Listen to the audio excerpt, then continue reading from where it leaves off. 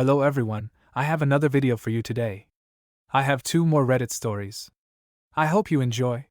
Here is the title of the first story. I tried to impress my crush with my cooking skills, ended up causing a fire and calling 911. I had never been the type to cook much. I mean, sure, I could make the basics. Mac and cheese, scrambled eggs, maybe even a decent sandwich if I was feeling fancy. But cooking a real meal? That was something I left to my mom or the local takeout place. I was more of a order in kind of guy, and that had always worked for me. Until I met Jenna. Jenna wasn't just any girl. She was smart, funny, and, as cliché as it sounds, she had this energy about her that made everything seem a little more exciting. We met through mutual friends, and I swear, from the moment I laid eyes on her, I was hooked. The problem was, I wasn't the only one. Every guy who'd ever crossed her path seemed to fall in love with her at first sight. She had this effortless beauty, a way of making everything around her feel warmer. She wasn't like the other girls I knew who were caught up in social media and appearances. She was down to earth and approachable. So, like an idiot, I decided that the way to win her over was through the one thing I thought I could control: food. I thought, what could go wrong? If I cook her a nice homemade dinner, she'll be impressed. I'll show her that I'm more than just a guy who eats microwave burritos for dinner. The plan was simple. I was going to make spaghetti. Not just any spaghetti, but spaghetti with homemade marinara sauce. I had watched enough cooking videos to at least know the basics.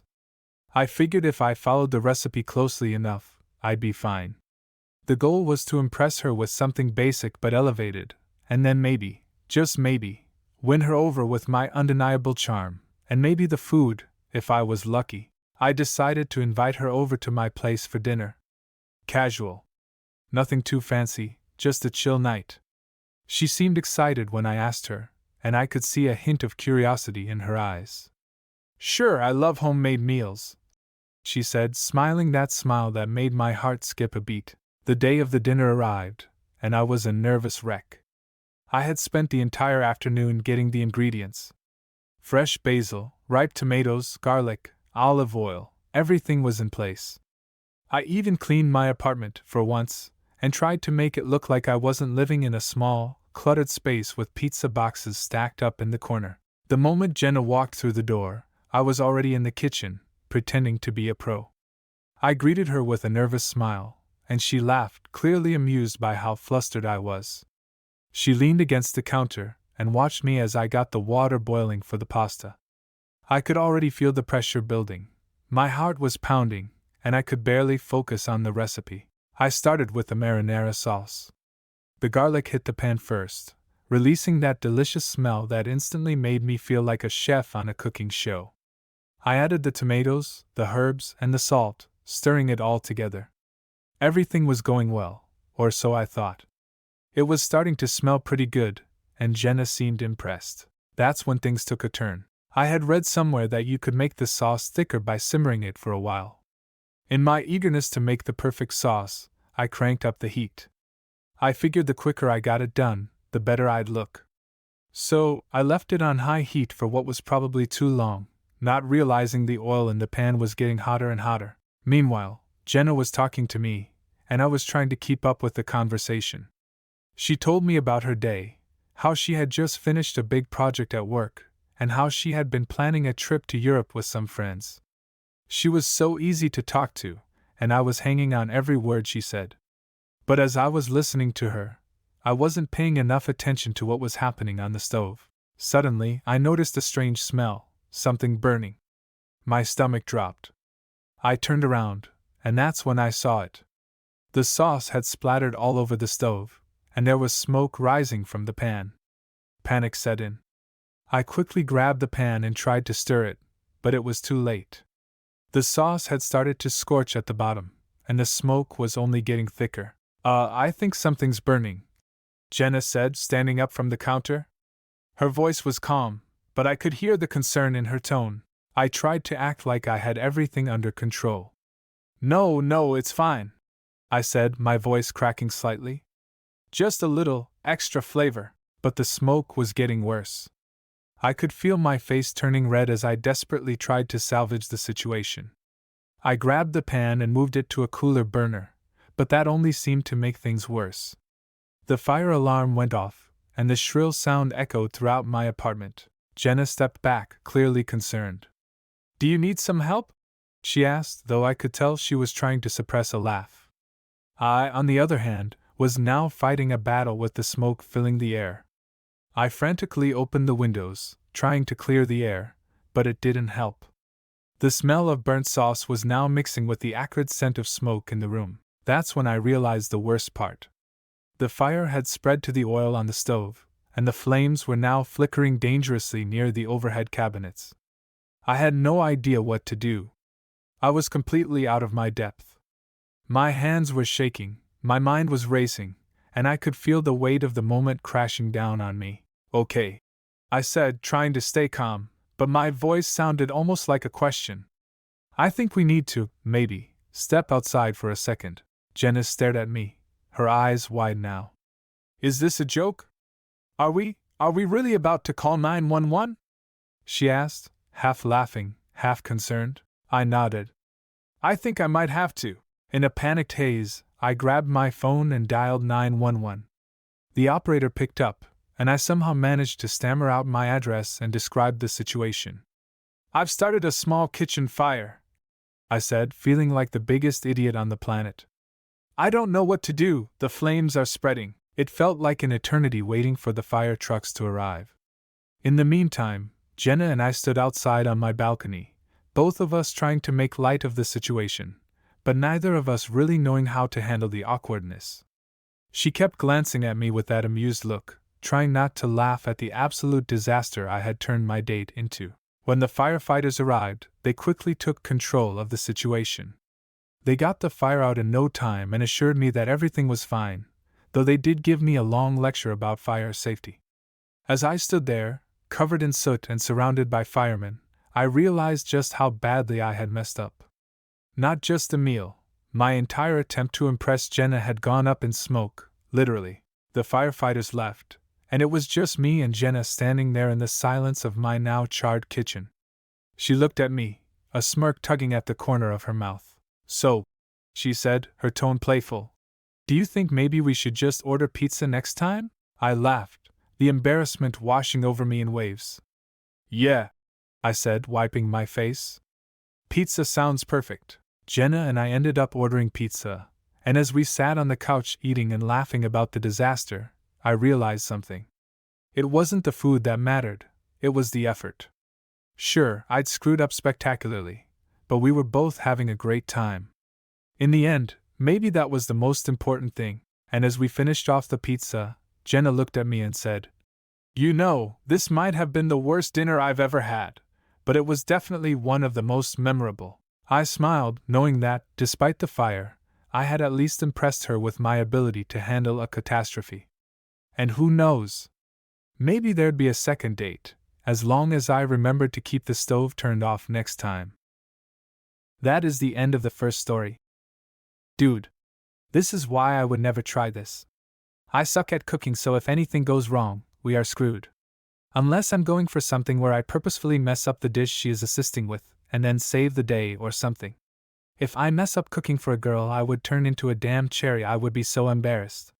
I would probably start crying randomly as well. It would be terrible. Let's get to the next story. Here is the title. I tried to sneak into a movie without a ticket, but got caught and ended up watching the film with the manager. I'd never been the type to do things that might get me into trouble. I wasn't a rebel. I wasn't the guy who skipped class or sneaked into concerts. But on that particular night, I did something so reckless that it spiraled into a chain of events that I never saw coming. All because I thought I could sneak into a movie without buying a ticket. It started like any other Friday night. My friends and I had planned to see the latest blockbuster at the local theater. We were excited, we'd heard good reviews, and it was a great way to unwind after a stressful week. I had my ticket ready, but when we arrived I realized something. I was $20 short. You see, I had always been terrible with money. I didn't exactly have a steady income, and paying for things like popcorn and a movie ticket always felt like an unnecessary expense. I'd already eaten dinner, and the movie was the only thing I was really interested in. But I was short. That gap between my wallet and my desire to watch the film suddenly felt much larger than I had anticipated. I had two options. I could either fess up to my friends and tell them I didn't have enough cash, or I could try to pull something off. I opted for the latter. I was never one to back down from a challenge, especially when it involved a bit of harmless deception. So, I decided to sneak into the theater. At first, the plan seemed pretty simple. I had gone to this theater plenty of times before, and I knew the layout like the back of my hand. There were two main doors, one leading to the entrance where tickets were scanned, and the other was a side door, often used for deliveries and employee access. I figured if I could just slip in through the side door, no one would notice. I could catch the movie with my friends, and no one would be the wiser. I walked casually toward the side door, trying to look as inconspicuous as possible. I passed by a couple of employees standing near the concession stand, but they didn't seem to care. I took a deep breath and made my move, ducking to the side and slipping in unnoticed. Inside the theater, I felt the rush of adrenaline. I had done it. I was in. I tried to blend into the crowd, casually making my way toward the back of the theater where my friends were sitting. They hadn't noticed me yet, so I thought I was in the clear. But just as I was about to slip into a seat, a hand suddenly grabbed my shoulder. "Excuse me," a voice said behind me, sharp and professional. I froze. My heart skipped a beat. I turned around slowly, my stomach twisting. Standing there was the theater manager, a middle-aged guy with a stern expression and a name tag that read Rick. His arms were crossed, and his eyes were locked onto mine with a look that made my pulse race. "Can I help you?" he asked, his tone cool but stern. I opened my mouth to speak, but no words came out. I was caught. I could feel the heat rising in my face as the reality of the situation hit me. I had no escape. "Did you pay for a ticket?" Rick asked, his voice slightly colder now. I gulped. In my mind, I scrambled for an excuse. Maybe I could tell him I was just in the wrong theater. Maybe I could say I had already bought the ticket but got lost and ended up in the wrong place. But nothing seemed believable enough. Rick raised an eyebrow as I stuttered, I was just, trying to find my seat." The words sounded pathetic even to me. I knew I wasn't fooling him. He wasn't stupid. "Look, I'm not here to make a scene, but you can't just walk in here without a ticket," he said firmly. "Come with me." I followed him reluctantly, the entire theater seemingly aware of the awkward scene unfolding. The other moviegoers glanced up, some with mild curiosity, others with judgment. I felt a wave of embarrassment wash over me. I could already hear my friends whispering behind me. We reached the manager's office, which was tucked away behind a small hallway near the employee area. Rick gestured for me to sit in one of the chairs in front of his desk. I hesitated for a moment, then sat down. "I'll be honest," Rick said, folding his arms and looking at me seriously. "I could have you thrown out of here right now, but I'm willing to cut you a break." My mind raced. "A break?" I repeated, unsure of what he meant. He leaned forward, locking eyes with me. "You're clearly not the type to cause trouble. But I'm not going to let you get away with sneaking in either. I've got a solution. You'll watch the rest of the movie, with me." I blinked, confused. "What do you mean?" Rick stood up and walked over to a door behind his desk. He opened it, revealing a small, private screening room. It wasn't large, just a few chairs and a projector screen, but it was a place I had never been before. "I'm not going to call security, but you're going to stay in here for the rest of the movie," Rick explained, a smirk tugging at the corner of his lips. "And you're going to watch it with me. It'll be a fun little experiment in customer service." I couldn't believe what I was hearing. I had been caught red-handed, and now I was being forced to watch the film in this tiny room with the manager who had every right to kick me out. I had no choice. I stood up and followed him into the room, trying my best to mask the shame I was feeling. As we sat down in the small screening room, Rick clicked a remote and the film started playing. For a moment, there was an uncomfortable silence. The room was dark, and the only sound was the low hum of the projector. I wasn't sure what to expect from this strange situation, but there was no going back now. Rick didn't say much at first. He just watched the movie with a calm demeanor, as if this was completely normal. I, on the other hand, felt like a complete fool. Every time I glanced over at him, I saw a glint of amusement in his eyes, like he was secretly enjoying this bizarre situation. But eventually, something unexpected happened. We actually started talking. It wasn't about the movie at first. It was about my life. About why I decided to sneak in, about what led me to take such a dumb risk. Rick wasn't as harsh as I thought he would be. He wasn't judgmental. He didn't lecture me about my poor choices. Instead, he asked me what I was passionate about, what I liked to do in my free time, what I wanted to get out of life. The more we talked, the more I felt like I was opening up to someone I had just met. Before I knew it, the movie had ended. I hadn't even realized how much time had passed. I had enjoyed myself, surprisingly. The whole experience had been strange, but I was actually kind of grateful for it. I had been forced into a situation where I had to confront my own poor decisions, but in doing so, I'd had a genuine conversation with someone who understood that people make mistakes. Rick looked at me as the credits rolled. "Well, that wasn't so bad, was it?" he said with a grin. I couldn't help but laugh. "I guess not. I never expected this to be how my night would go, but yeah, I'm actually glad I did it." Rick nodded. "You're welcome to stay and watch more movies, just, next time, pay for the ticket. It's a lot easier that way." I stood up, feeling a bit lighter than when I walked in. As I left the screening room and headed out of the theater, I saw my friends waiting by the exit, their eyes wide with curiosity. I could tell they had been wondering where I had gone. I just gave them a shrug and a half smile. "Did you get kicked out?" one of them asked. I just shook my head. "No, but let's just say I had a unique viewing experience, and that was the night I tried to sneak into a movie without a ticket and ended up watching the film with the manager. It wasn't the way I had planned it, but in the end, I learned a valuable lesson. Sometimes, the consequences of our actions can lead to unexpected moments of growth.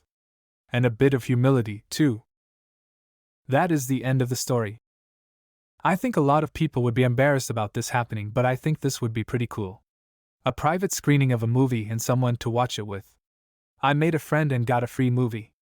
That doesn't sound too bad to me, but some wouldn't agree. I hope you enjoyed the stories. There is a link in the description for my Reddit Stories playlist. Go watch them if you like. Have a great day.